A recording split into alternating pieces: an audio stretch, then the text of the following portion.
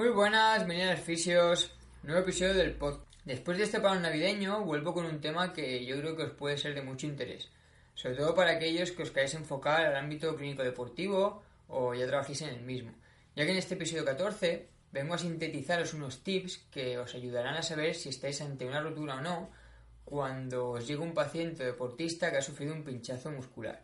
Pero antes de empezar, me gustaría daros las gracias y pediros un favorcito.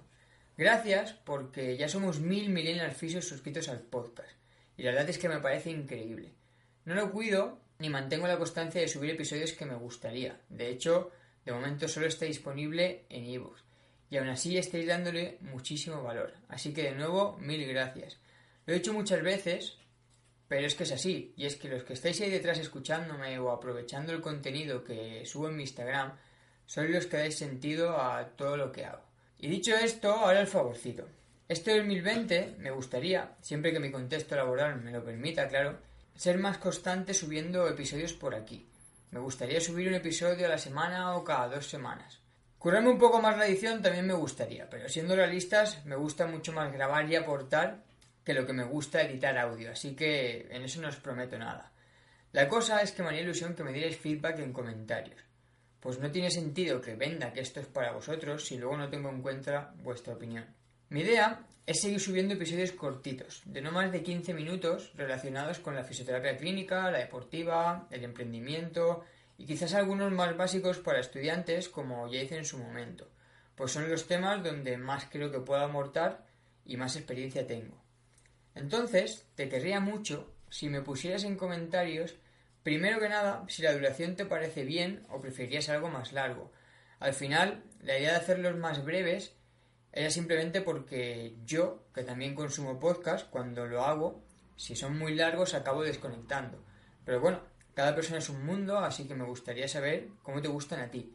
Y segundo, también me gustaría que me dijeras, de las temáticas que te he comentado, ¿cuál es la que más te interesa? Si la clínica, la deportiva, el emprendimiento, o si eres estudiante, ¿qué temas como estudiante te gustaría abordar?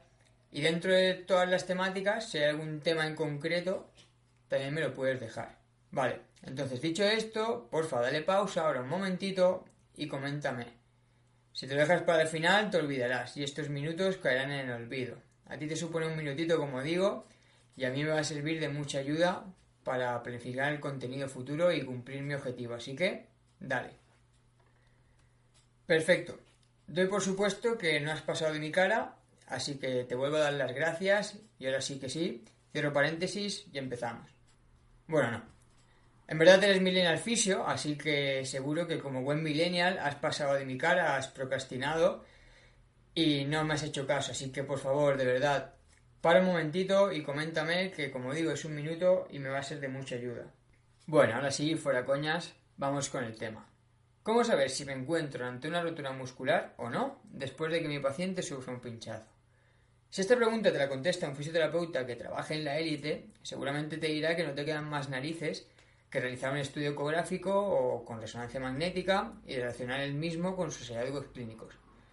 Tiene toda la razón del mundo, pero no todos nuestros contextos son tan maravillosos. Pues, ¿qué pasa si no tengo un ecógrafo? ¿O qué pasa si mi paciente no tiene acceso a una resonancia? O mejor aún, ¿y si no tengo tiempo? Porque resulta que mi jugador lo acaba de notar entrenando un viernes por la noche y juega mañana por la mañana el partido. Con estos pequeños tips o pasos que te voy a dejar por aquí, obviamente nunca podrás decir que estás seguro al 100% de que tu jugador no tiene una rotura, pero mi intención es darte las máximas herramientas que yo conozco posibles para que encamines tu diagnóstico, aunque como digo no dispongas o de tiempo o de diagnóstico por imagen. Pongamos un ejemplo para que sea más fácil de evidenciar y de ir estableciendo los pasos. Imaginemos que un futbolista llega a tu consulta porque jugando un partido hace 3 días notó un pinchazo en la zona de los isquiotibiales y sigue con dolor. Y le gustaría saber, obviamente, si puede jugar el partido que tiene dentro de 3 o 4 días, el fin de semana siguiente. Bien, lo primero que nada, obviamente, es descartar red flags. Si el jugador acude con un dolor desmesurado como incapacidad funcional alta o total y no puede ni flexionar la pierna, o presenta muchísimo edema o hematoma, o ya te entra diciendo que notó un chasquido muy fuerte o un arrancamiento, pues oye, no hay mucho que pensar. obviamente hay algo roto y deberemos derivar para descartar una posible rotura o alguna complicación grave, pero afortunadamente esto es poco probable. Vale, entonces, suponiendo que la lesión no es de gravedad, lo primero que deberíamos hacer es hacer un pequeño análisis del contexto del jugador. Si eres el fisio del equipo o este deportista ya acudió a tu clínica previamente, hay una serie de situaciones que pueden hacerte ya pensar en mejor o peor sin conocer la historia clínica de este jugador. Por ejemplo, hechos que empeoran el pronóstico. Si tiene antecedentes de lesión isquiotibial o suele sufrir de lesiones musculares. Si tiene algún tipo de trastorno metabólico que puede influir en el metabolismo muscular. Si ha sufrido cirugías previas que pueden tener relación con esa musculatura implicada. Por ejemplo, cuando una plastia de cruzado la realizan cogiendo el tendón de los isquiotibiales, se puede favorecer un proceso mediante el cual los isquios no activen correctamente y esto predisponga a un riesgo lesional mayor. O si sabes que los días previos se sobrecargó excéntricamente ese isquio porque hizo peso muerto en el gimnasio.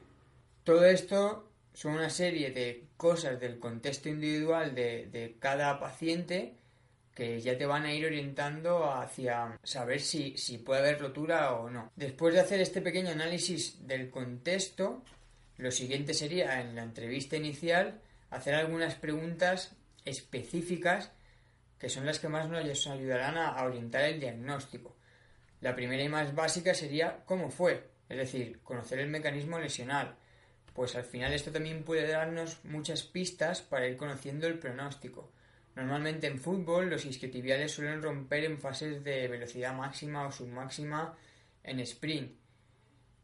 En mi experiencia en el fútbol, por ejemplo, también añadiría que me he encontrado varias roturas tras golpear el balón de tacón de forma brusca, pues si tú conoces esta prevalencia y el paciente que tienes delante te está diciendo que el pinchazo lo notó haciendo un sprint, pues seguramente pensarás peor que si te dijera que fue chutando. Otra pregunta importante sería si el jugador o ese atleta ha continuado jugando o si ese pinchazo lo hizo parar de inmediato. Por lo general, una rotura no te deja continuar jugando. De esto no he encontrado evidencia que lo avale y realmente es una información muy empírica. Y aunque al final el dolor es complejo y como mecanismo protector puede existir casos que realmente no sean así, esto que os he comentado es lo habitual con lo que a nivel deportivo te vas a encontrar. El jugador normalmente tras romperse para en seco y te dice que no puede continuar. Un espasmo muscular normalmente te deja jugar unos minutos, incluso a veces te deja acabar el partido o acabar el entrenamiento y luego con el enfriamiento es cuando se agudiza. Como digo, es una información muy empírica, pero que en mi experiencia normalmente se ha cumplido y que en la mayoría de casos de roturas que yo he tratado o me han comentado ha pasado. Y bien, haciendo este primero pequeño análisis del contexto del atleta y añadiendo estas dos preguntas a tu entrevista clínica, ya podrías hacerte unas primeras hipótesis sobre si realmente ese jugador ha roto o no. A lo siguiente sería pasar a la camilla para evidenciar o no tus hipótesis. Obviamente lo primero y más sencillito es la observación. Con los isquiotibiales descubiertos, lo primero sería ver si existe presencia de hematoma. Si hay, no hay mucho que pensar. Obviamente algo ha roto. Si quieres ser preciso en su monitorización y control del progreso, no te queda otra. Hay que hacer una ecografía o una resonancia para ver cuál es el grado de la lesión. No obstante, no es la única herramienta con la que se puede objetivar la progresión y es una decisión que tú decidirás en función del contexto del jugador o el tuyo propio. Que no hay hematoma y por lo tanto la decisión diagnóstica se complica. Lo que podemos valorar seguidamente es la palpación. Pues con una palpación plana a lo largo del vientre muscular podemos observar qué zonas tienen mayor tono, mayor edema o qué zonas están más doloridas. Aquí lo aconsejable sería hacerlo primero en la pierna no lesionada para observar si los hallazgos que encontramos no son naturales del paciente, pues si hizo peso muerto también hace unos días, o si jugó un partido hace unos días, igual el isquio llora de dolor por agujetas y no es por la rotura. Entonces, el contrastarlo con la pierna contralateral es lo que te dará, o te hará saber, mejor dicho, si esa información es relevante o no. Como hemos dicho también muchas veces, la palpación al final es muy subjetiva y aunque es una herramienta muy útil en muchos casos, puede darnos muchos falsos positivos. En este primer scanning de palpación yo le doy mucha más importancia a lo que el paciente nota, especialmente de dolor, a lo que yo noto debajo de mis manos. Es decir, para mí el dolor del paciente es mucho más valioso que la sensación de tono que yo pueda sentir. Lo siguiente que podríamos hacer, si con esto todavía no tenemos mucha información clara, hecho esto, el siguiente paso sería en camilla hacer test buscando que el músculo se contraiga respondiendo a diferentes estímulos. Entonces podemos testar la contracción isométrica, la contracción concéntrica y la contracción excéntrica desde diferentes ángulos. La idea es conseguir diferentes patrones de activación. Podemos jugar entonces con diferentes ángulos para tener movimientos más predominantes de rodilla o de cadera, por ejemplo. Recordemos que estamos hablando ahora de un isquiotibial. Esto habría que aplicarlo a cualquier vientre muscular que quieras testar. Para progresar en ello, primero podrías hacerlo de forma analítica manual y seguidamente con ejercicios analíticos más específicos como un bridge, ¿no? Un puente. Ir jugando con la sensación del paciente para ir viendo hacia dónde nos lleva. De forma general, si alguna de las contracciones es dolorosa a punto de dedo en alguna zona, en comparación a la contracción bilateral, podemos estar hablando de una rotura. Mientras que si es espasmo, el tipo de dolor el tipo de dolor que refiere a la contracción se suele referir más a un dolor en una zona más amplia o más genérica. De todas maneras, igual que pasaba antes con el tema de parar o no parar, no necesariamente siempre es así, y esto es una información muy empírica, pero como decía antes, normalmente por la experiencia la norma se cumple. A estos test podemos añadirles también la sensación de dolor que el paciente siente al estirar los vientres musculares de cada isquio y observar también si existe mecanosensibilidad neural con un SLAM test o con cualquier test neurodinámico si estuviésemos hablando de otro vientre muscular.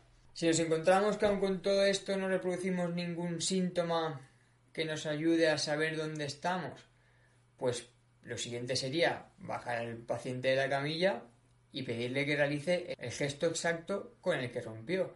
Si mi paciente rompió corriendo y no he conseguido sacar ese dolor en la camilla, pero él no se siente cómodo, ok, pues corre y vamos a ver cuál es tu sensación de dolor en ese movimiento. Y aquí para mí está lo más importante de todos los tips que yo te he dado hoy. Y es lo que siente el paciente. Pues si te encuentras en una situación en la que después de todo este análisis tú no lo tienes claro, no consigues que el paciente encuentre ese dolor, pero él no se siente cómodo, y con lo que sabemos hoy en día en neurociencia de que al final el daño no necesariamente implica dolor, lo que más va a pesar seguramente sea la sensación que el paciente tenga ante los test funcionales o los test específicos que tú decidas hacerle para saber si él se encuentra para jugar o no. Pues seguramente en casos donde haya duda, él va a ser el que tenga la última palabra. O al menos así lo entiendo yo. Si después de todos los pasos que os he comentado yo no lo tengo claro, pero no hay nada que cante y él se encuentra bien, para mí ese jugador está para jugar. Y bien, hasta aquí llegaría el episodio de hoy. Muchas gracias si sigues escuchándome y muchísimas gracias si te has tomado la molestia de parar y comentar como te he pedido. Pues como te he dicho, es algo que me ayudará mogollón a seguir generando contenido por aquí. Y ahora bien, como veníamos haciendo en los últimos capítulos, os dejo una frase para cerrar y ya desaparezco. Y la frase es la siguiente: es mejor encender una luz que maldecir la oscuridad. Proverbio árabe.